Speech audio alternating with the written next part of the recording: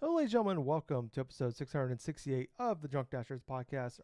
As always, I'm Tyler, and join me, we have the man, the myth, the legend himself, Sir Colonel Gables. What's up, buddy? I'll tell you what, Tyler. I'm doing fine for the most part. I've been playing games this past week, which I'm very happy I got the time to do so. Did play the newly released Capcom, like versus SNK, that collection The fighting game was of it Fighting games Game and Collection stuff. 2? Like Capcom Fighting Collection 2, yeah. Yeah. Yeah. I've been mostly playing like the Capcom versus SNK, like the first game and stuff and Yeah. that stuff from that compilation on top of what I was playing with Oblivion Remastered and stuff. But on top of that, this past week, unfortunately, I've gone down a rabbit hole, Tyler, and it's in pursuit of a couple of different little figurines, like these little NBA Oh figurines, right? no, is that a Brunson one? No, no, no. This is DeRozan. Okay. Oh, it's Bulls. I thought it was Knicks. Okay. Bulls. So one day I go to Walmart, I look at these little NBA figures. It's like, oh, okay, well, I see a picture of Stephon Curry is on like one of these things. I'm like, Stephon Curry's one of my favorite players, from the Golden State Warriors. And I'm like, okay, well, I'm gonna buy like a couple of these, see what happens. And like, I get a couple figures and stuff. I get like, what was it, Joel Embiid and like all these couple other things. But okay, well, so I go again. I'm like, you know what? I'm gonna see if I can get Stephon Curry. And then I buy about seven of these little things, and about eight of these little things, and then what's kind of hilarious is I've got almost every single one of these players besides Stephon Curry and like fucking Kevin Durant and stuff like that. Like I got DeRozan, I got Joe Kick, I got fucking Ball or some shit like that, dude. Which one, No, Lamelo or Alonzo? the guy that plays for the Hornets. Lamelo. I Okay. think, yeah, the guy that plays for the Hornets and stuff. I got two styles here. Fucking Joel Embiid now All right. because of the home and away jersey. Both missing kneecaps. That's weird. Oh my god. Like I kept getting people like everyone else other than my fucking Stephon Curry, right? So I got fucking Wemby. There's all special shit. I got Okay. fucking what is this? Morant or something like that from the friggin' John Morant. Grizzlies. Yes. Oh, it gets better than that, Tyler. Like I've actually given players I hardly even know about, like Holmgren from OKC. Yeah, I don't Chet. know who the fuck this guy. Yeah, he was like the I number 2 pick last year, 2 years ago. Well, that's the thing. That's how much I pay attention to some of that stuff. Then I have Edwards here from the Timberwolves and stuff. Yeah, Ant. Okay. Let's This. see. What else do I got here? I got more Thunder players here. I got Alexander. Okay, I know who this is. SGA. Yeah. Yeah. And I got Caruso from OKC as well. Like, Yeah. Yeah. I got like three players here from the Thunder. I got like, Oh my, this is getting worse. I know it's starting to get worse, man. I mean, what is this? I got Murray from Denver as Okay. well. Let's Yeah. see. Jamal Murray. I got Kawhi Leonard instead of Okay. fucking this shit. Oh, what's this? I got James Harden. All right. The beard we got. Oh, the beard needs some work done. Okay. All right. Yeah, the beard needs a little bit of wilk there, but Is I it don't a know, man. Clippers Harden at least, or is it Sixers or Brooklyn or? There's no Brooklyn. Okay. There's no Brooklyn or anything, but there are Lakers, like Anthony Davis, Yeah. All right. It's a little old. You might want to keep that. Might be worth money now. and like a fucking LeBron James. Nice. Your I'm like, favorite player. it's so funny. I fucking draw these little plastic balls of LeBron James before I ever get Steph Curry, and it's like, and the thing about it is, at least I was able to get Klay Thompson. Okay. Yeah. Bar it with the Mavericks. In I a mean, I'm happy Dallas about that. jersey. No, like I it just know, right? I'm like, oh cool, you got Clay. And then like you turned it out of the light and it was like, oh, I see the Dallas. That's hilarious. Okay. It's like I got Adams here from the Bulls. Yeah. The guy's Wait. pretty good. It's like I got this special edition here of Giannis, Yeah. which I kind of like that, Antetokounmpo. dude. Yeah. Yeah, Gables. I All don't know right. what team he's going to be on next year because the whole summer of Giannis and Yeah. stuff trying to Hopefully the decide what Pistons. he wants to do. Yeah. Let's see. Got fucking Mitchell here from the Cavaliers. I got like, Okay. and that's the Donovan. thing. Yeah. These aren't bad players at all. No, you These are get absolutely like like great yeah. players. You get a bunch of all-star players. Yeah. Okay. Got Damian Lillard, the special Nice. edition version of him. Is it And the the last two, before we actually go on to actual video games, folks, I got from the series just concluded and stuff from the Game 7 between Boston and fucking the Knicks. yeah. I got Jason Tatum, Yeah. and I got Fuck that. Jalen Bronson. Fuck that guy. I hate Jason. Or not Jason Tatum. I like Tatum. Brunson can go fuck himself. As a Pistons fan, watching that guy just play hardened ball and get fouled 15 fucking times a game. Yeah. Gables, before the podcast, you told Yeah. me you had a bag on your bed. And I was Yeah. like, shit. Gables killed somebody. He's got a body on his bed in a bag. No. And I was like, how are we going to cover this up? Because I would do it for you, buddy. I love you that much. But somehow this is worse. I almost would have preferred you killed somebody and you needed me to help you get rid of the body. Dude, I think what's the funniest thing about this and stuff, yeah, I wanted to get the initial guy that I wanted. I could very easily go to eBay and actually fucking do this if I really wanted to. Probably save like thousands of dollars. I probably would save like probably a couple hundred now that I think about it. But at the same point, I'm actually now wanting a little display thing so that way I can display these little things. These are actually pretty fun. At least I'm getting some good players here, but I can just at least see the positive out of it. But yeah, You got a problem, Gables. listeners, everybody watching this, yeah, I did go down a little bit of a rabbit hole, but even though I didn't get the player that I want, I still had a lot of fun actually going through just doing a little random chance. And it was hilarious. Like, I think it was like yesterday when I got my last little round of these guys. Like, I was waiting at Starbucks for about friggin' 20 minutes in line because he had like two people that were serving coffee, right? And so driving the course, and it's like, I have someone to give me the ride and stuff like that. And like, I'm in the passenger seat, I have my bag and stuff, just going through all of this crap. And it's like, pop. It's like, who do I get here? It's Jason Tatum. That's nice. Pop.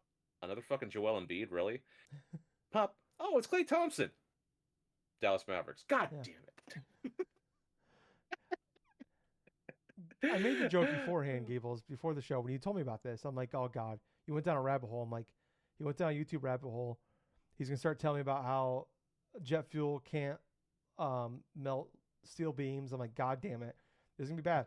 Honestly, I feel like I had a better chance of talking you out of being a 9/11 denier than stopping you from doing this. Oh, my God, dude. My God. This, you always talk about whenever you play the Pokemon trading card game on your mobile phone, Yeah. you're like, you're so proud of yourself because you haven't spent any money on it. I'm like, dude, just spend the $20. Just do it. And now I'm like, you know what? I was wrong, Gables. I'm glad you haven't spent any money on it because you would put your whole family in destitute. You would be doing this podcast from a corner. Like, you would just be on the corner stealing the library's fucking Wi-Fi to do this podcast. Oh. Begging me for that YouTube money so you could buy more packs. That sweet, sweet YouTube money that we're getting now. Well, that's the thing, though. I do have that sort of like addictive, like personality type of trait and stuff to where if I really get into something, I really fucking get into it.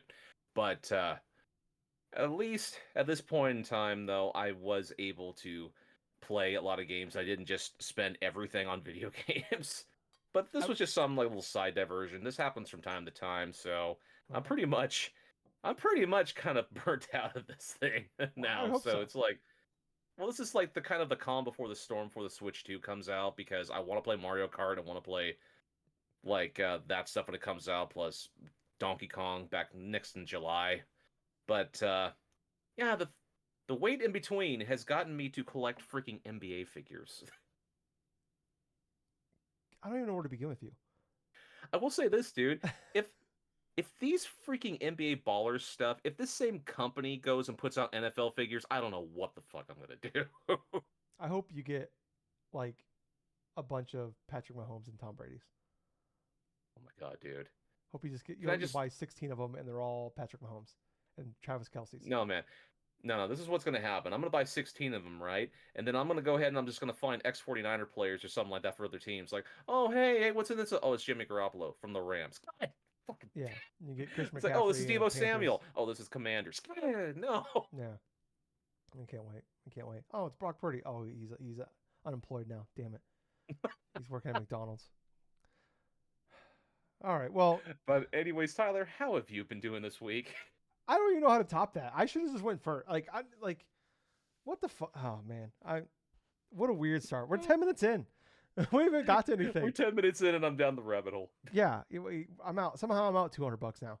Uh, but no, I'm doing okay. I had I had Friday off, which was nice. I took the day off work so I could go to a concert on Hmm. Friday. Go see one of my favorite bands, Rainbow Kitten Surprise. Waited for them for years to come here. I think I've only ever been here once before, but I was a fan of them. I think I started listening to them in 2019, and like every year since 2019, they've been. I use YouTube Music for my music listening, and they've been in my top two every single year for Mm. 5 straight years now. I guess six, whatever. Um, but yeah, I finally got to go see him live last night, and it was phenomenal, worth every penny, and worth the wait for sure. But it was a couple of funny interactions or experiences that happened. One, this Hmm. dude came up and started talking. I was wearing my Pink Gorilla game shirt to Retro Uh-huh. store in Seattle. Yeah. This guy came up to me and recognized it. He's like, hey, is that from Seattle? I'm like, yeah. No, we started talking, and ended up talking to this dude for like a half an hour. Like we were waiting for before the concert started. Yeah. About Clair Obscur Expedition 33, and it was just a lovely conversation. I had a great time. Wow. Yeah, Hey, yeah, it was pretty cool. that's nice. Yeah, he like what sucked was like I finished the game and he just finished Act One. I'm like, man, I want to talk to you so bad, but it was a really fun conversation. And then they had an opener play. I think New Translation is the name of the band. And Okay. after the band was done, like there was like a 20-minute gap between the Rainbow Kid Surprise came out, and there was this like girl just sitting on the floor, uh, like 5 feet from me, leaning up against the wall. I'm talking shit faced drunk. Couldn't do nothing. And I'm like, oh, that sucks. That's too bad. The concert hasn't started. Hopefully, she can get her some water, something like that. But she had her friend there, and friend was taking care of her. I'm like, all right, that's good. At least she's not alone or whatever. And then, I'm just kind of looking at my phone. I look back over like 2 minutes later. This lady has a whole can of Pringles and is just housing them without using her hands. I'm Huh? like with her mouth, eating the Pringles out of the can with her mouth. I like just fucking like just had a whole was like tipping it up and just like housed a whole can of Pringles in like 5 minutes. It was impressive. Let me tell you, God very dang. impressive. Are we sure she wasn't a goat? Jesus. Yeah. I don't even mean that in like a sexual into a way. I mean, I'm just like looking over like impressed. I'm like, my God, like Yeah. this, like I'm like, good for you and her friend. I'm like, I want to know where the fuck did the Pringles come from? I'm like, they don't sell Pringles here.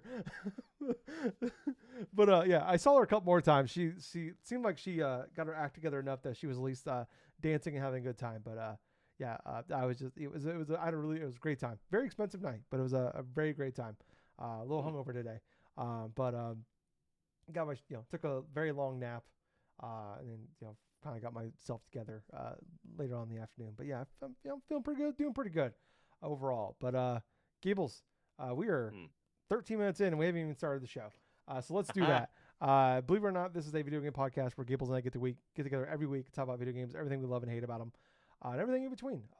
We've been doing this for over 12 years now. Gables and I, we finally passed 500 subscribers recently on YouTube. Gables and I, we actually are now earning a little bit of money on YouTube now, Yeah. which is great. A whole 70 cents so far. But anyways, if you guys want to help us out, we'd really appreciate it. Like hit subscribing, liking the podcast, leaving comments, help us out in the algorithm. If you don't use YouTube, that's fine. We're on Apple, Spotify, wherever podcasts are on them. We're there too. If you guys appreciate it, subscribe to us, follow us, 5-star reviews, leave comments, whatever it is they do on those services. We're on pretty much every podcast service. Go there, like us, subscribe to us, follow us, whatever you can do. Share with your friends. That's honestly probably the best thing you could do for us.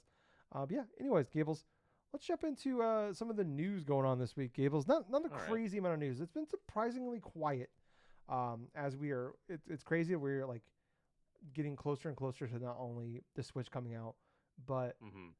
Summer Game Fest is happening, and it's just like it's been a little too quiet with things Yes, it going on. has. But I mean, I don't know. Maybe things will ramp up as we get a little bit closer. But I don't know. It's just been a little weird. But there's been somebody on the a GTA forum. I think Tez2 is his name. Apparently, he has some history of like Rockstar leaks and stuff like that.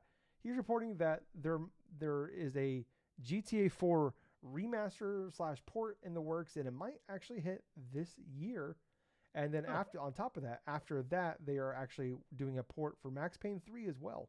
Huh. So something they I guess they started this is something they started doing during COVID, like a plan to like have more Rockstar games coming out.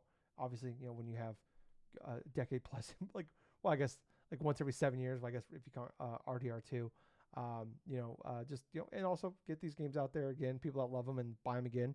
But yeah, sounds like there's a chance we might get a GTA 4 this year, Gables. Um, I don't know. How excited would you be to check to play that again? I mean, what do you think that there's a big enough audience there for it that this thing would be huge? I think there'd be a big enough audience, only because I know there's a slew of people that do love playing GTA 4. Probably not so much like with the complicated stuff with, or as massive as like say with GTA 5 or GTA 6, but at least you'll get a lot of people that are interested in seeing what GTA was before 5. As crazy as it sounds, I mean GTA 4 released all the way back like in 2008. Yeah. Yeah. That was during the same week where Mario Kart Wii was released. Jesus. And that in and of itself just says like a lot that there's a generation of gamers that have never played that game, and personally, I would be excited to play it. I'm not sure how many more people would be after what we've got with the juggernaut that it's 5, and then 6 is just around the corner and over the next year.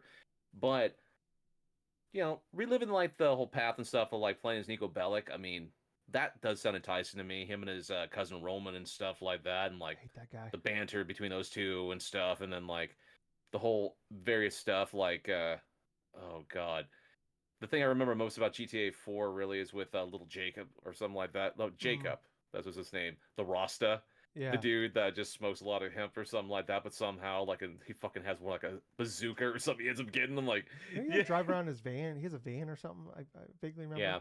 Okay. Yeah. Oh yeah, I remember just specific characters and stuff. Some of the like the enemies as well, the mob bosses and all that other stuff. Like I remember there was a thing inside GTA 4 to where you had to try to like I think take out a whole bunch of pigeons all over the city, Liberty City, I think it was.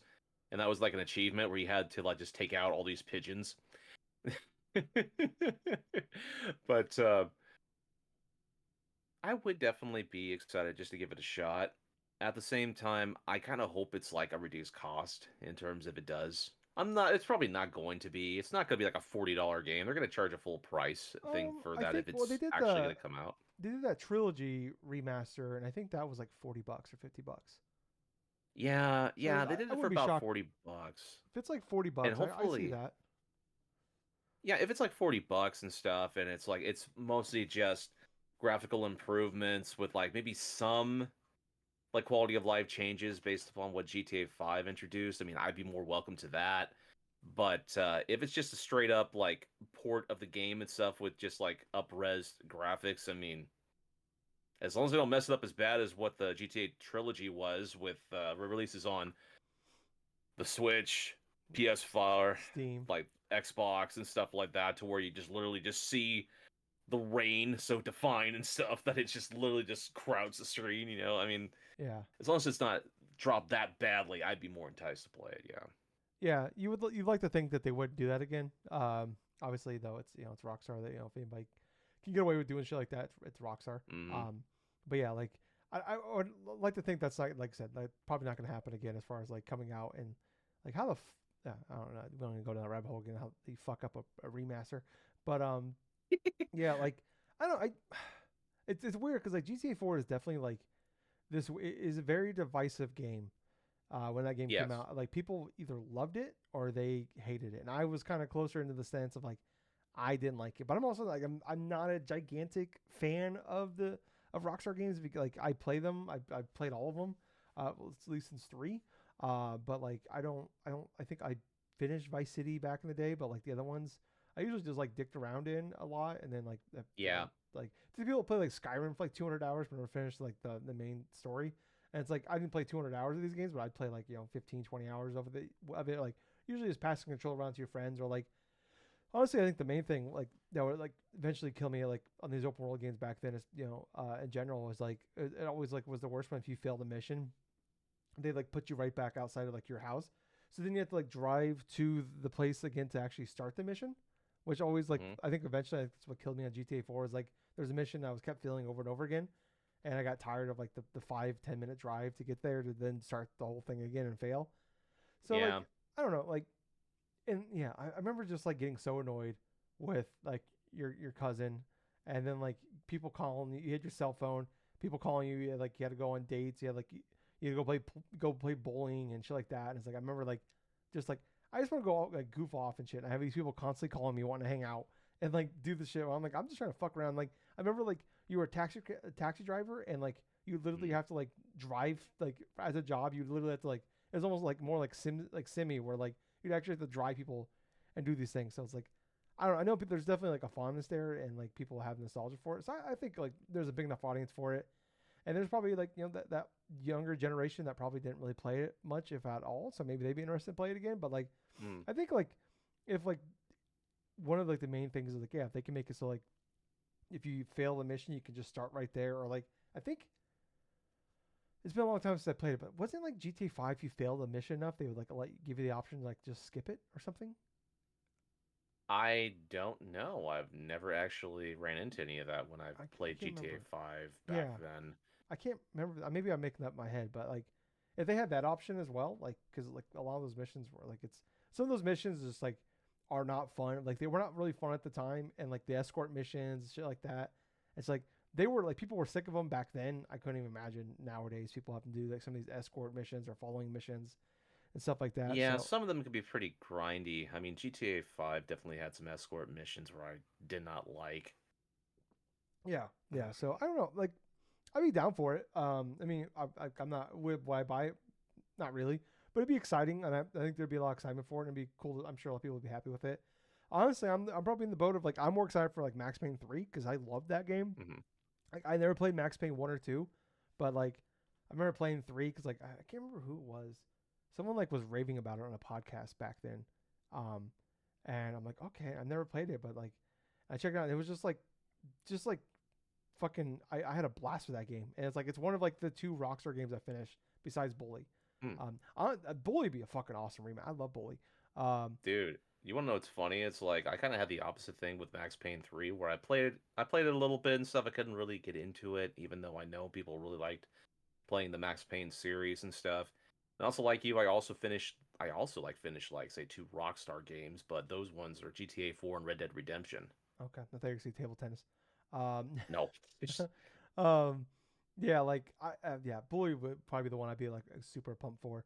As long as I don't do the classes again, like if I can skip that, that'd be great. Um, but yeah, like the Max Payne 3, I love that game back. It's like it's not very long either. I remember. I think it was like only like 4 or 5 hours.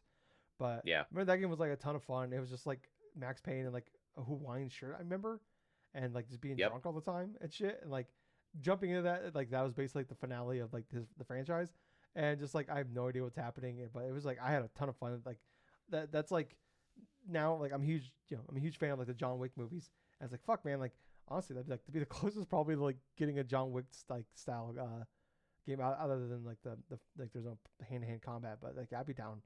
Uh, Hmm. Definitely down to play Max Payne 3 again because I love that game, and I think also but probably because we know Remedy is making Max Payne 1 and 2 remakes, so I think that be smart again to do that as well, to kind of get a little bit of fervor back into that franchise. Um, let's move on here though. We have kind of like a trifecta of PlayStation stories here. Some kind of weird, some kind of sad, some kind of whatever. But Jade Raymond, who started with a few other people, Haven Studios, back in I think 2021, and they had like a partnership deal with PlayStation to make a game we later found out was Fair Games, which is Right. like a heist game. She's leaving the studio. Um, I don't know if this is like just like Internet Hubbub or like I can't find anything exactly like a Jason Schreier or Jeff Grubb reporting this like type of thing, but like there's been like some Hmm. people were saying online that like there was like an internal testing and the game wasn't going great, or like they weren't happy with where it is, so she's leaving the studio. But I don't know. It's just I mean, I talked about last week discussing online games, online multiplayer games nowadays is like my least favorite conversation in gaming. It's because it's just the same circle of like, what about Concord? What about remember Helldivers 2? Fortnite? You can't put a Battlefield. It's like oh, Call of Duty. We just like this. We just go. It's just like the same fucking goddamn circle that drives me nuts on every podcast, every online conversation. But I don't know. I do wonder. Like, I think in this sense a little different though, because like I wonder like, does this game see the light of day? Does this like Yeah. is this like I don't. I mean, obviously anything can happen. Like I said, we don't need to get down to the discussion here, but like, is this gonna be like the free to play game? It's gonna be $40. Maybe like turns around. Maybe she was just like, this isn't working out. I'm just gonna leave. Like, she's seen the writing on the wall with Google, or like, okay, this isn't working out. Google isn't living up to what they said they were gonna do. So she left. To start Haven. But I don't know, Gibbles. Like, what's your thoughts overall on like, I don't know. Do you think Fair Games ever actually sees the light of day? It has the possibility of doing so, but at the same time, it's incredibly hard to get like any type of crazy like live service multiplayer games like off the ground in general. And also for someone that to succeed, they need to really hit the ground running and do somewhat of like success of what other free to play games like at the time their live service like Fortnite and this and that try to get the success, kind of like how they did, to where it wasn't immediate, but at the same time they were able to build momentum. They were able to get like a lot of key franchises to help them along the way in terms of like inspiring other people to not just play on their platform, but also to entice more people to come in because of these various skins and this and that. I mean, at least with Epic and Fortnite and stuff, they had a concrete strategy of what they wanted to do to entice people to come back to play their game. But in terms of Everett, it's going to be a hard challenge for them to even go forth and try to maintain at first, because you're dealing in an environment that's completely different to when Fortnite entered the gaming industry. In terms of like in players' perspectives, is because that was the start of this whole live service like stuff like that in general for console gaming and PC. Well, maybe not so for PC, but like just for console gaming in general. So it's like for this thing ever and stuff, I feel like there is a possibility that they will be able to see the light of day with this game, but at the same time, they're going to have a lot of things against them to try to not just bring this game out, but also in terms of remaining relevant until like even like say like a year from now. I mean, if they put it out and stuff and they manage to maintain for like over a year, maybe a year and a half or something, I think that's going to be a big win, something for them. But unless they got that main hook that's going to and just draw forth players in order to invest and want to play, like if they got a good gameplay loop, if they got a good cycle, if they're doing season passes that initially have a lot of interesting content that their gamers that their player base wants to play, I mean, yeah, I think that not only would it see the light of day, but also be pretty successful. But it's just weird. I feel like it has a chance. That's pretty much what I can think of. But Tyler, how about you? Yeah. I think like honestly at this point, um, after what happened with Concord, if like they don't feel extremely confident with this game, and especially like we don't know what's happening with Marathon, but like, um, if Marathon comes out and doesn't like the World on Fire, like they probably want to look at this game. It's like if they're not feeling like super pumped for this game and like this game Mm. is it, I wouldn't be shocked if they just stop it, cancel it now, like kill it in the crib before it gets out there, and it's just like they look at like, man, like Concord was a gigantic L for us.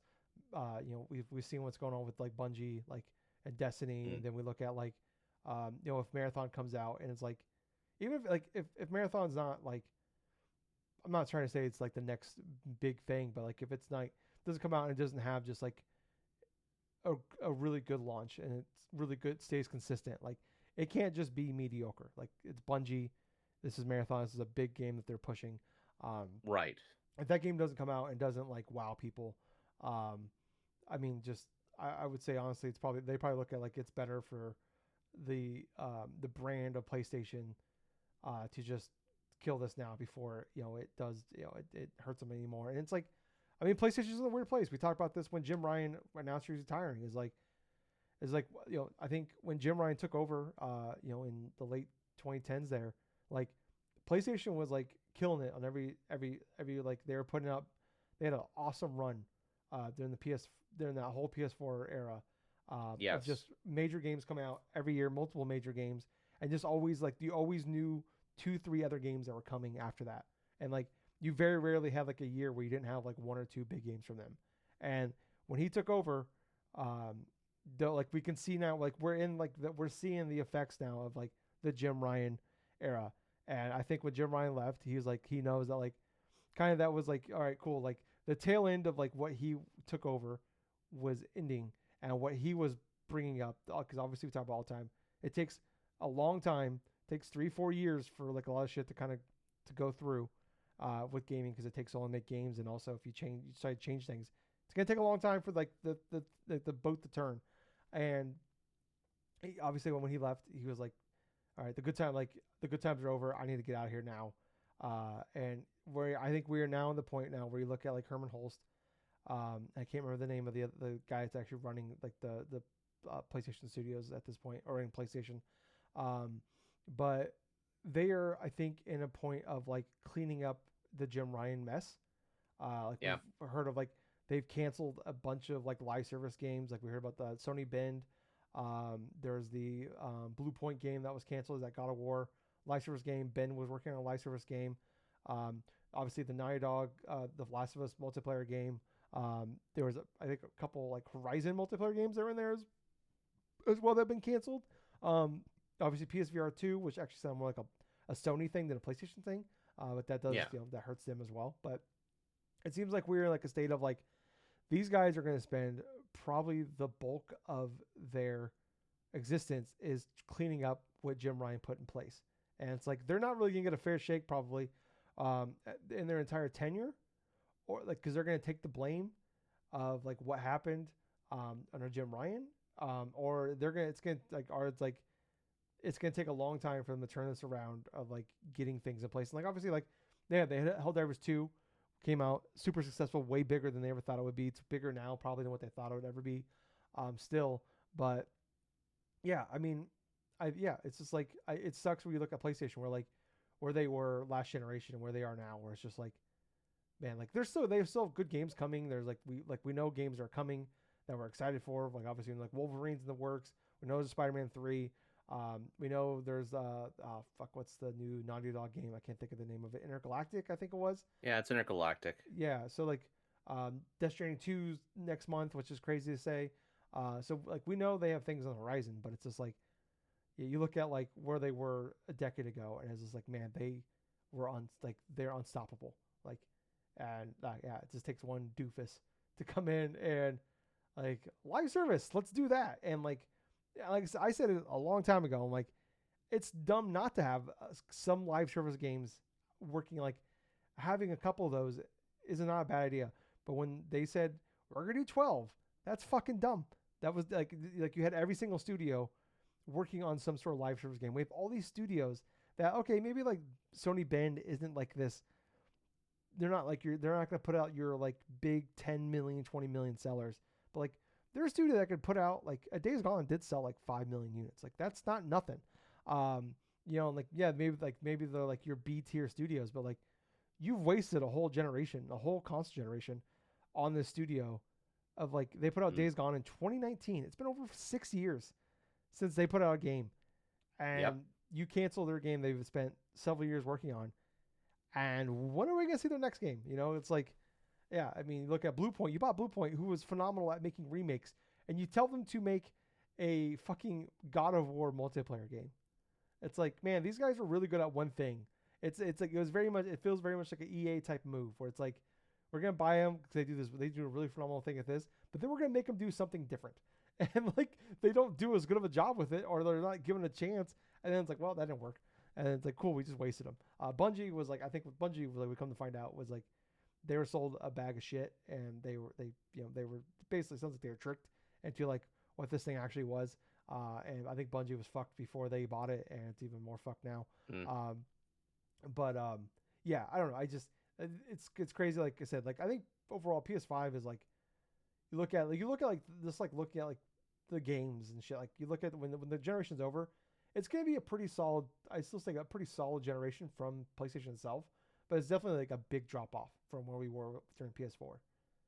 Absolutely is a drop off. I mean, think of it this way, because of the thoughts and the game plans that Jim Ryan did initiate and pretty much overloading a bunch of live service stuff through all those different PlayStation studios, just not just the ramification, but yeah, we've noticed the quality dip kind of like in real time to where we've had great games that came out for the PS5. You know, God of War Ragnarok, friggin' like Ratchet and Clank. You know, as Astrobot. opposed to that stuff.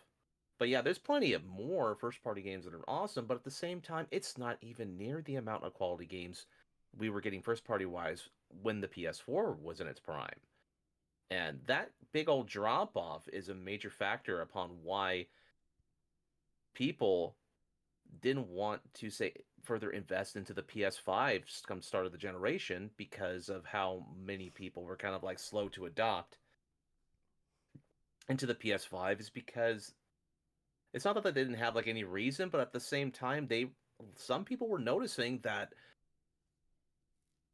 in terms of the quality of like say a lot of the first person, not first person, but like just first party games in general, it just didn't seem like there was enough difference for them to want to jump onto the PS5 that initial early Yeah. stint. And a part of that has to do with just fewer amount of interesting like say sequels maybe to established games like maybe for what you were talking about in terms of Days Gone or something or in terms of like say for like Uncharted or whatever the hell, you know. But Yeah.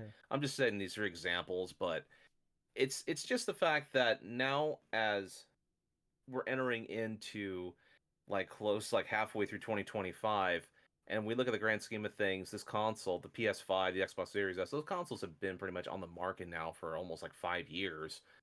And looking at that stuff and looking at the PS5 in specific, most notable games I see on the PS5 are third party and like a lot of the great games and stuff that are first party, you know, it's like a few far between. Like you got Spider-Man 2, you got God of War Ragnarok, you got Ratchet and Clank, you got like maybe at most I Astrobot. want to say a good and you got like Returnal and like some of those like Horizon. just Horizon, yeah. Yeah. Horizon. That's part of it too, but yeah, it was like what 10, maybe 12 like PS5 games first party wise in that stint, which isn't bad, but at the same time, when you look at the PS4 through its entire stint and stuff, it had a better library so far than what initially what the PS5 has done so far in its initial thing. But yet, like you were saying, and I do agree with you, at the end of the day, when the PS5 ends its initial run and stuff, it will have a solid library of games for everybody, you know, just for people like to play in general. So Yeah. it's not like it's say like a step down. It's not like a friggin' PS3 situation or anything else like that, to where it also had great games, but yeah, that thing suffered from the get go. Yeah. Yeah. They yeah fix it in the end, but it had a great start. But yeah, it's Yeah. just I mean this whole generation started off weird, obviously with COVID, and then couldn't Hmm. get one forever. Then they finally fixed that whole issue, and then it's just like yeah, it's just everything about this gen has just been off from the beginning. It really it's like it's Yep. crazy to think yeah, like you mentioned, we're 4.5 years into this generation. And it feels in some ways like this generation is just like getting going, and it's like Yep. It in does. reality, it's like this. I mean, it's not crazy to think that this time next year we might be hearing rumors about like the PS6, the next Xbox, and stuff like that, and like Oh you yeah. know we might see one next year, probably Probably. 2027. But like, I don't know. Yeah, it's just it's crazy to think that we're closer to wrapping this thing up than we are like the beginning of it, and it You know, just a feels thought like that kind of occurred to me, Tyler, when you just said that, though. It's like, think of it about like next year where we could see the initial next Xbox or next PlayStation iterations possibly hinted or even like teased or even shown, maybe leaked out and stuff like that.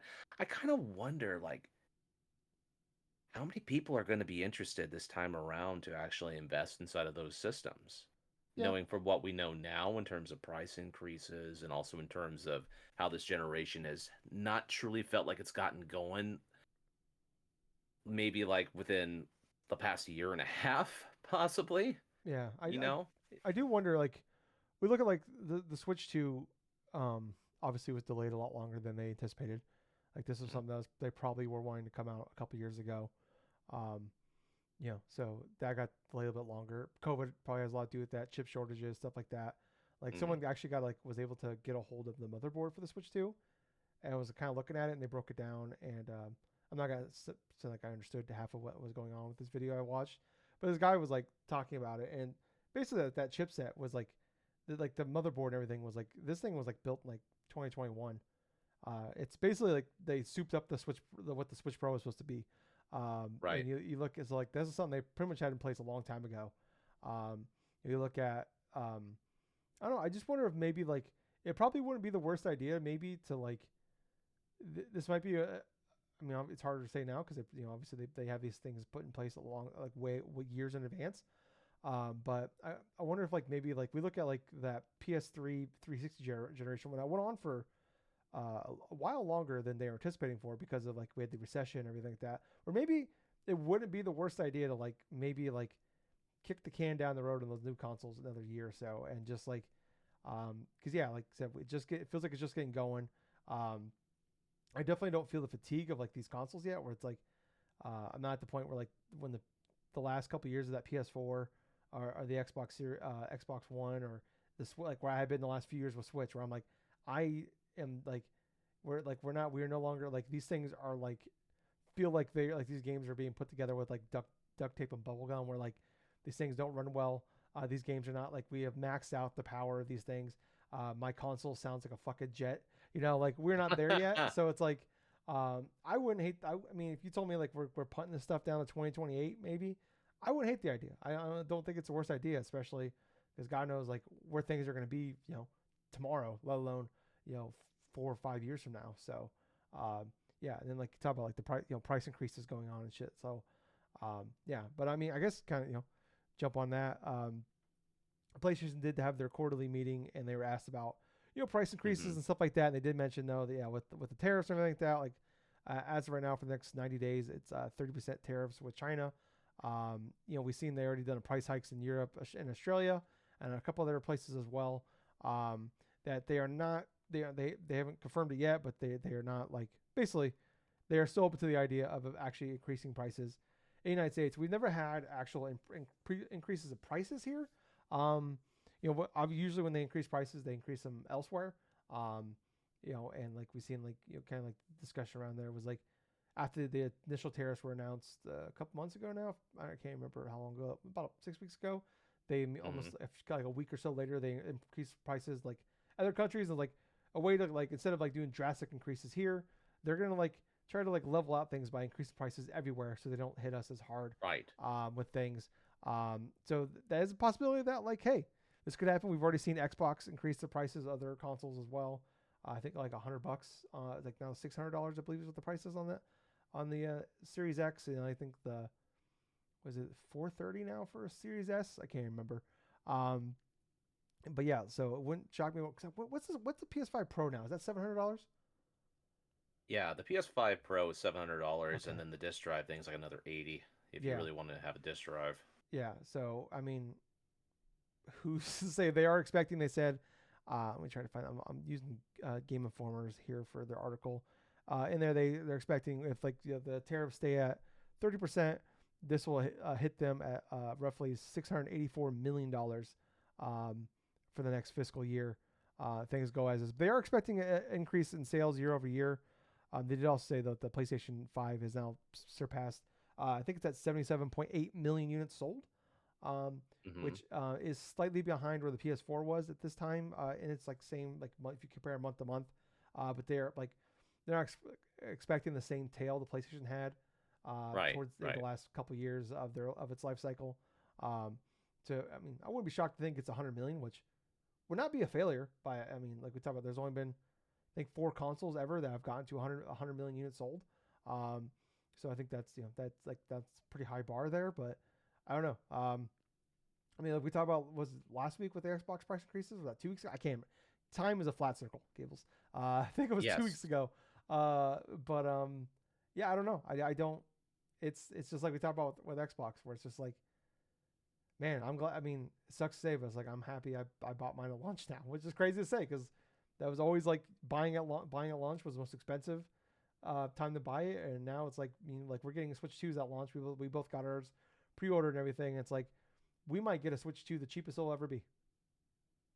Yeah, I think that's incredibly stupid that it's sort of like shifted itself from being that like yeah, what you say is true because when gaming consoles launched, the most expensive time was to buy it at launch. It's because the console was at full price, games are new, accessories are new, everything else. So you'd be spending obviously more than what the initial retail price for your console would be.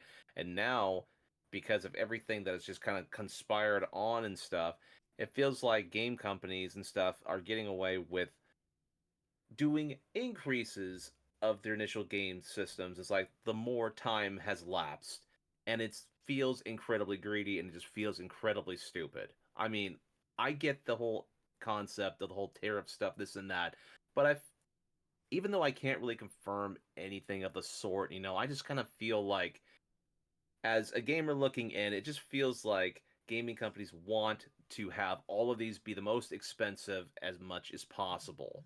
Because at the end of the day, when it comes to companies, it's not like a lot of companies are not happy to just get some of the money. They want all of the money from Yeah, consumers. that's And corporations. Yeah, I mean, yeah, like, that's just corporations in general. yeah, yeah. It's like this isn't like a gaming thing. This is like, I mean, you look at like I was I listen to like a lot of podcasts, like people that like talk about like the business world of like entertainment and like stuff like that. It's just like it's the same thing everywhere where it's like Yeah, we're gonna spend less, but we're gonna increase prices and we're gonna spend less.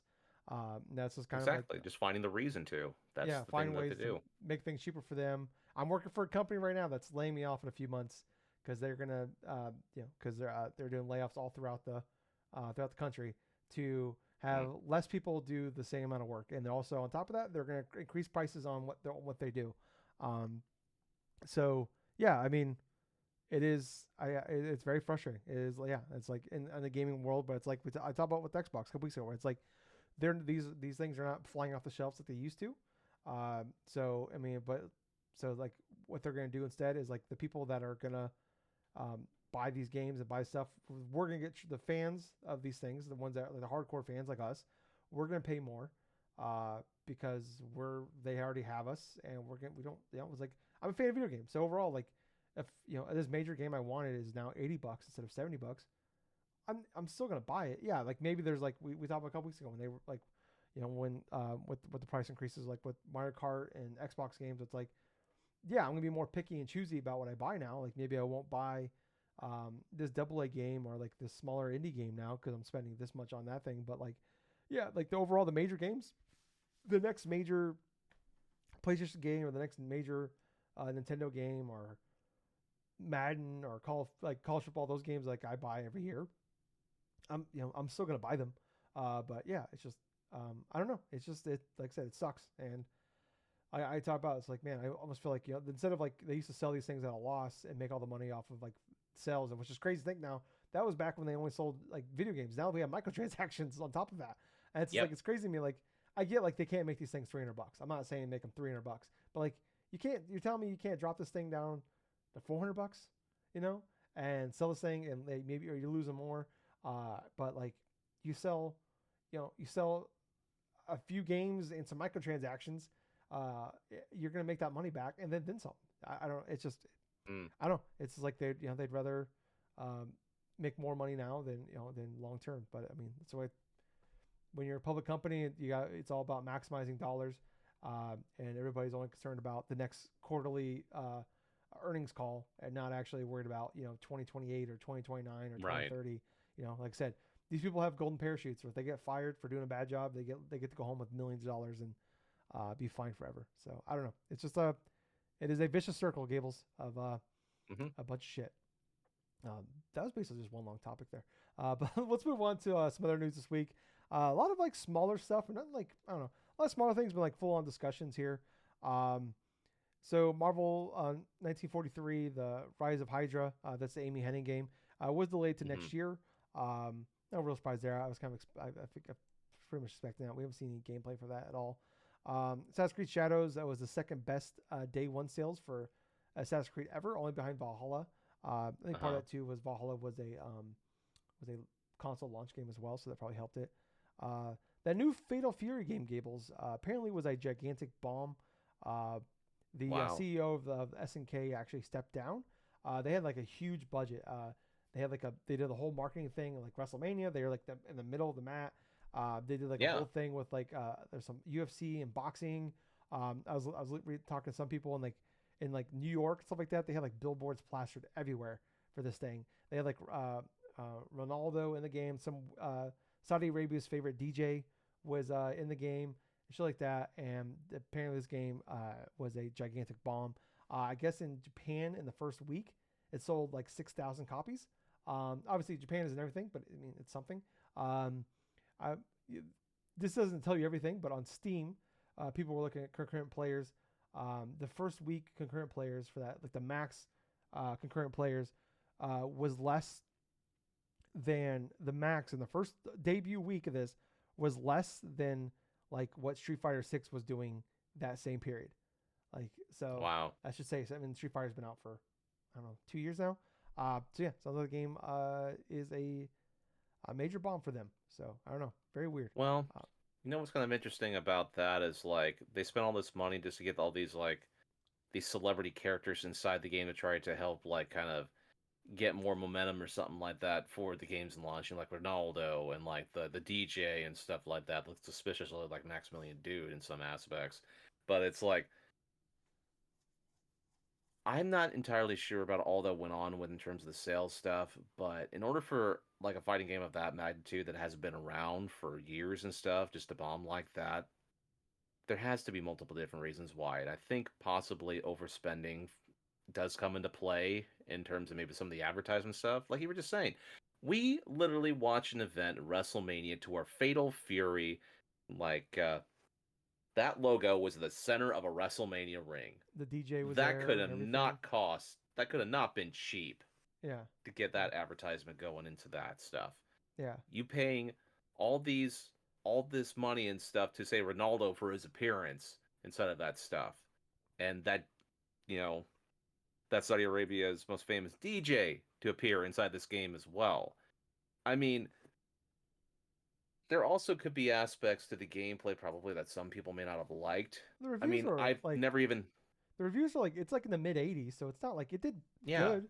Like it's not like is it like Street Fighter 6 levels of great? It doesn't sound or Tekken, no, but like it wasn't like this game reviewed poorly. Like it seems like people that played it liked it, but it's just like I think maybe the right. biggest issue was like they marketed it like I feel like more they were marketing it to people like me or like just like trying to get like the bigger audience, the bigger casual audience instead of trying to focus on like on like the hardcore fighting fans rather. Yeah, Like why not focus on the fans that helped you get the franchise back to begin with, as opposed to just advertising just for casual players or some, you know? It's like you got to do a mix of the both if you're going to go through and have something to be successful. But I yeah. digress, though. I don't understand the entirety of why people are not going through and buying, like, say, Fatal Fury, but at the same point, I mean, unless I play it myself, I'm not going to know why. Yeah. Then also that first Berserker Kazan game. I'm remember that Hmm. one. That was that Souls-like game. People like seem like I think it's like high 70s reviews.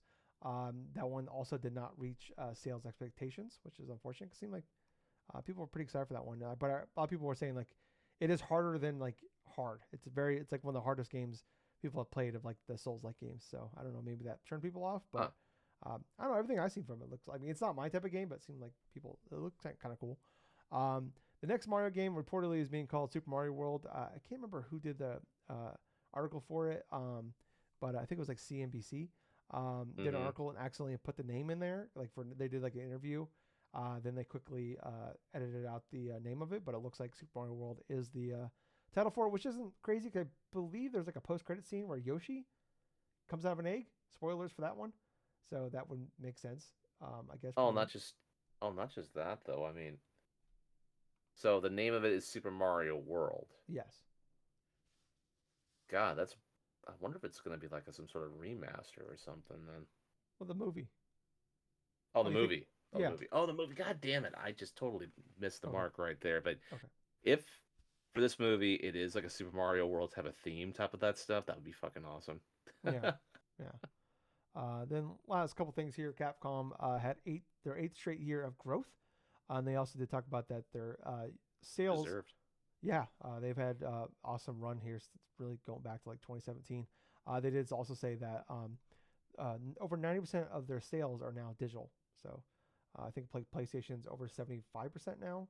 I think Xbox is in the 80s. So it seems like definitely Capcom is like the most for digital as far as like the big sellers for video games out there. So highest percent for digital. So I think like Nintendo in the last few years is like now in the 50s for digital. So and it seems like I'm gonna guess that probably once the Switch 2 comes out, that's gonna get creep closer and closer to that the kind of like what the average is. I think it's like in the 70% tower era. So When yeah. it comes to that stuff, I mean, at first, I would have been surprised, but at the same time, you have more and more things coming out for stuff where like the game key card stuff is going to be coming out for Switch 2 for plenty of games, and then like you have a lot of like these just data discs to where it's just an unlock key or something like Mm-hmm. that for people to download more stuff on to that, and it doesn't surprise me why most people just start just going digital for a lot of that stuff.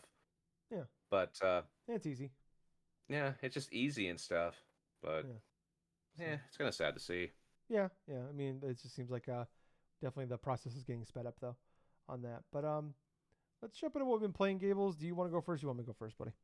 You can go first. I've been talking quite a bit. All right. So I've been I'm not gonna spend too much time on it because I've been talking about a lot over the last month. I did finish up Clair Obscur. I ended up still loving it, blown away by everything I've said in the past few weeks.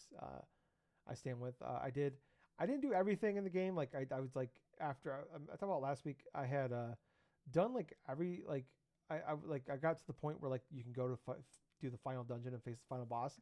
But I wanted to like go each section and stuff and like try to finish up a lot of the side stuff. And like there's like I did pretty much everything except for like there's like the inlet. I think it's like basically like almost like a horde mode type thing where you have to fight a bunch of guys in a row. And I did a bunch of that, and I thought I was like really close to the end, and I did like 15, 20 battles. I'm like, man, this is going on. Like, how much? Like, this took me like a couple hours to do this because these fights get hard. I'm like, how much Mm. like more is there to do? And I looked it up. I'm like, oh no. I'm like, never mind. Like, I mean, it was gonna take me several more hours like to finish, let alone like not including like restarts.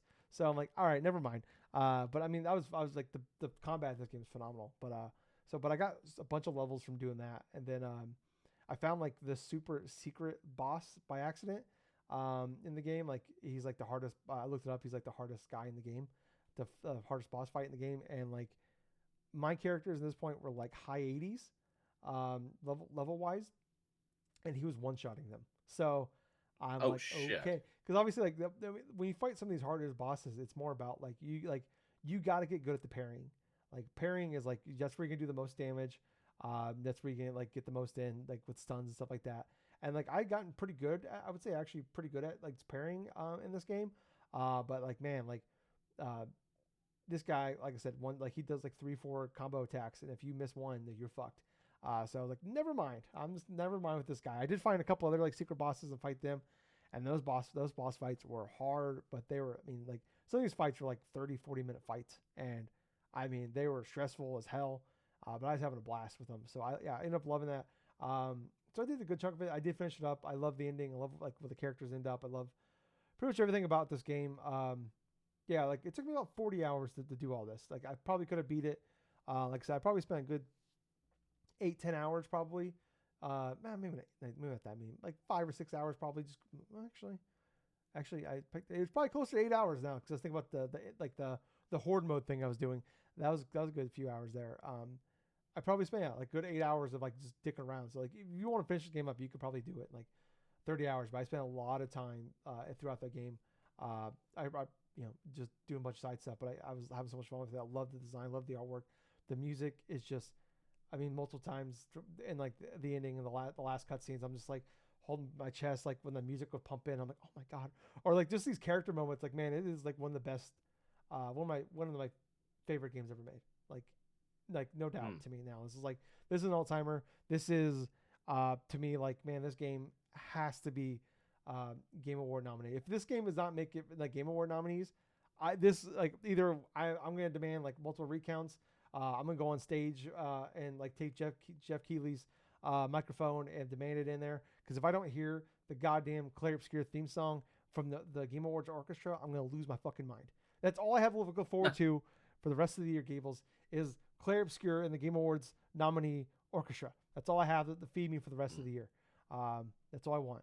But yeah, blown away. This is a must play. If you have Game Pass, what the fuck are you doing? And then I had that 20-minute long conversation with that dude at the concert, and it was a very nice conversation to have. And then the other game I've been playing, I haven't played too much of it. It just came out, Doom: The Dark Ages. Playing this, it's on Game Pass. Came out just on Thursday. I'm on like I think the 7th chapter. I think there's 22 chapters. I'm on number 7. But yeah, like I've been a huge Doom fan my whole life. I've talked about like my best friend, like would come over like spend the night at my house. Like we were like out of high school, but like 19, 20 probably, and we would stay up all night and play like Doom and Doom 2 on XBLA, an Xbox Arcade for people that don't know what that means.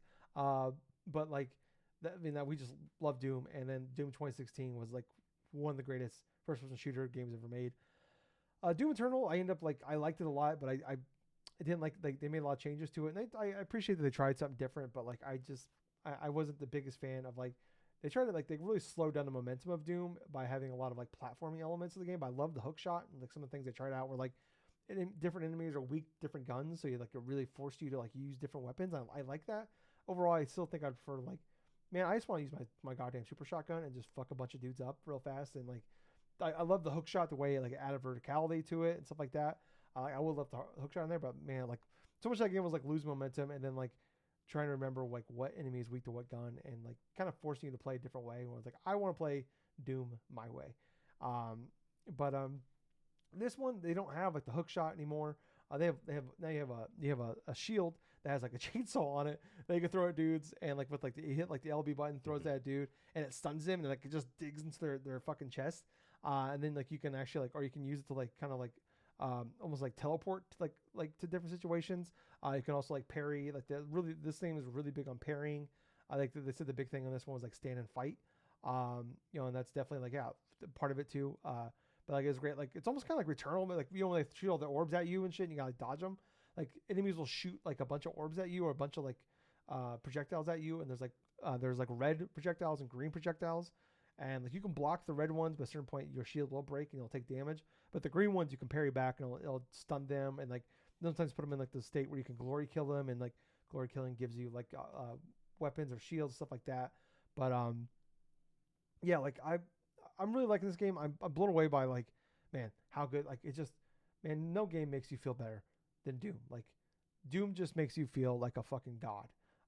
Like I remember like when it popped in, like you drop into like the first mission and like the music is hitting and you get the shotgun. I was just like cackling like a fucking fool, just like, oh my god, here we go. But yeah, like I think overall, like I'm still enjoying it. They definitely changed up again though. Like so with now it's really focused on the shield. You do get like weapons. They give you like a lot more weapons early on in the game. I believe faster than we got in like Doom 2016 or even Doom Eternal. But I I feel like it's definitely a case of like they kind of slow down the pace of the game where like Doom is like Doom and like Doom 2016 is so fast and frenetic where like and these games were like Doom Eternal like so there's a platform elements. This one like there are more like some open areas in there like and like you're kind of like some of the missions are very much like Doom that where like you're gonna go like it's like hallways, you're gonna follow them, there's like those secret paths, stuff like that you can find, but for the most part like but then there's some levels where like you fly around like this like giant like dragon dude and like you fly around, you fight some dudes, and then like you land, you fight a bunch of people in this element, then like you destroy whatever you can destroy, and you go on like you get back on the dragon, do some shit, do it, rinse, wash, repeat. And then one of the missions I just finished up tonight, like you go into like you're just dropping like a giant open area. It's not, I shouldn't say giant. But it's decent size. It's not like open world big or like even like some like, but it's a small open world, and there's secrets, stuff like that to find in there. But just like it's definitely a lot of me like walking around trying to find secrets, stuff like that, or like hunting this snooping around corners. Like, man, I just kind of want like like I said, this game is phenomenal. Plays great. I'm loving it. I would Mick Gordon not being there for the music is definitely a noticeable change with the music. But like I'm not like loving it nearly as much as like Doom 2016, where like as great as this game feels, as great as this game is, like I just don't like for what Doom is. It's not what I want it to be, and I respect and appreciate that they're not just resting on the laurels, and we're just gonna make Doom 2016 again. But part of me is like, I kind of just want to make Doom 2016 again. I'm sorry. Like I love that game, and like that game was like a perfect game to me for what Doom needed to be in the modern day. But yeah, like I said, this game is still like so far like an 8.5 type of game to me so far. But like no way at all. Like if this was like its own thing, I would be raving about this thing. I really would be. But just like with the Doom title on it, it's like okay, like I'm liking this a lot, but man, like I just want a more Doom 2016. But yeah, I'm gonna keep playing it. Like I said, I'm loving it. It's just, man, man, like you could have found a way to incorporate this into like a Doom with the shield. That thing is awesome. But yeah, if you can find a way to incorporate it to that, it'd be fantastic. But Gables, that's what I've been playing. Tell me what you've been playing, buddy. All right. So I only played Oblivion Remake like briefly during this week. I was just mostly doing bits of grinding and stuff. I was near that sort of like the Blades Temple and stuff, and then had my horse parked and stuff. And I was just doing leveling training for my jumping, my freaking stealth mechanics and stuff. And like also leveling up my character so that way I can just have like my stats a little bit higher up. I have over 80 strength now. I have over 80 like agility, and also I think I have over 80 like speed. Because those are the stats I've just been leveling up because I want them to be at 100 in terms of that type of stuff. And as far as say with the athleticism ability and stuff, there are some that I actually do have like around 25 or like 50 in terms of that initial stat. So my character's getting stronger progressively, but at the same time, it's just been kind of fun trying to not only be able to have the choice to grind to have your stats to be of certain like strengths or levels that early on in the game. And thing is though, I've actually stopped like doing a lot of the major like kind of like mission stuff at the moment though, only because just doing just like trying to find time just to do that initial stuff, just to play a little bit of Oblivion Remake before like anything else comes out or any other type of distractions have me go on during the week. That was kind of hard. But I will say what I have been playing, and I believe I've already put like about 6 hours into now, is the whole Capcom Fighting Collection 2. I pre-ordered it like about the day before the thing initially released because I know what I'm in for here. I know what I'm going to be getting here. It's going to be a slew of collection of fighting games, a lot of which I've never even played before. A couple I have.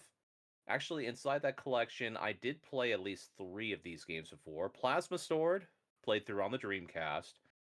Power Stone 1 and 2, I didn't play traditionally on the Dreamcast. I actually played them on PSP way back when, because Capcom during that time released ports of some of their classic games on the PSP, like Ghosts and Goblins, like Mega Man X, like the original Mega Man kind of souped up and stuff. And also Power Stone 1 and 2, and even Darkstalkers had like initial things like on the PSP. So a lot of those games I got a chance to experience then, but that was my only key experience. And so having a chance to play a little bit of that stuff on console was really refreshing. Most of my time has been spent playing the original Capcom versus SNK 2000 Pro. That's the name that it's called. I never had a chance to play this game before. What it is like when you enter into the screen to select your characters, it gives you an option. You can either select the type of like groove that you want to play as, like either the Capcom one or the SNK one. And so for the Capcom selection, it's more like a traditional Capcom fighting game to where you play as a character, you start beating the crap out of your opponent, your meter starts building up, and then all of a sudden, once it gets past a certain like point or something, you can do like special moves and stuff like that, or even like finishers and stuff. Whereas if you do the SNK groove, it's kind of a little bit more weighty, it's a little bit more like methodical, and plus, if you hold down all four like the all four like face buttons and stuff like that on your controller alongside anything else, the meter builds up to like 100%, and then it makes it easier for you to go through and execute some of these finishers or try to do of that sort, because it'll just gradually start declining in terms of its initial strength. And also in terms of like options, that game provides you to choose either one character, two characters, three characters, or like a team of 4. And basically what that does is like the arcade mode for each of those is a little bit different based upon what style you pick. Like for Capcom or for SNK and stuff, you get to face different like final bosses. Like for Capcom, you get to face off against Balrog and Bison, whereas SNK you get to face off against Geese Howard, the main like antagonist and stuff for the Fatal Fury series way back when. So what I initially did is I just decided to try it out. Okay, well I'm gonna go ahead and play. I'm gonna go ahead and just play Old Reliable and just go like with Ryu and also Morgan from Darkstalkers because I'm most familiar with those two characters. And so I played it through initially. I did it like on the default difficulty that it's set, which was 2 stars, out of 5, right? And so that in of itself kind of tells me that this game is probably a lot harder than what the initial recommended settings is going to be at. Went through that. I think I've actually went to this arcade mode a couple different times. I have cleared it with 16 fighters so far out of like the possible 35. And it makes it a lot easier here because you could just select a team of 4 fighters randomly, use the one that you want to use the most and stuff, and then just set it on easy and just do that. And pretty much, if it's like 35 or something like that, and you have 4, so like 4 characters, and then how many times you go into an arcade mode and clear it? Like 4 times 9, 30, roughly, like 36 close then. to around 9. What's that? 36. 4 times 9 is 36. Yeah, 36. So that's about the equate of like what you would do and stuff. So it's definitely easier because when you go to the arcade mode, it doesn't last more than say like not even 10 minutes, or if that, because you'll just go through like 5 or 6 fights. You'll face off against like a boss thing, and then it just finishes off right there. But if you beat it on a harder difficulty, you have a chance to encounter like secret characters or something that will try to face you and do all this stuff. But I did have a chance also to try a bit of Power Stone. Still fun. Still freaking hell of a lot of fun. I just played a little bit as like Falcon and stuff. I haven't done anything more than just play a few stages and stuff. But at the same time, it's just one of those ones where I'll go back to as soon as I finish like Capcom vs SNK, the first one. But there are other options I can try. The one that I'm kind of least wanting to go through and try out, even though I know that I've want at least to give it a try to see why people hate this one so much, but Capcom Fighting Evolution.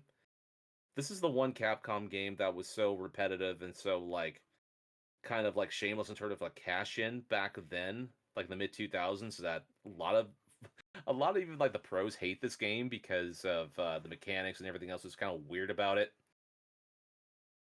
But you know me, I've played through most of the Capcom fighting games through the span of the past like 5 years, through the collections, through other stuff. I'm gonna give this one a play just in case. Is this worse than the original Street Fighter? We'll see. But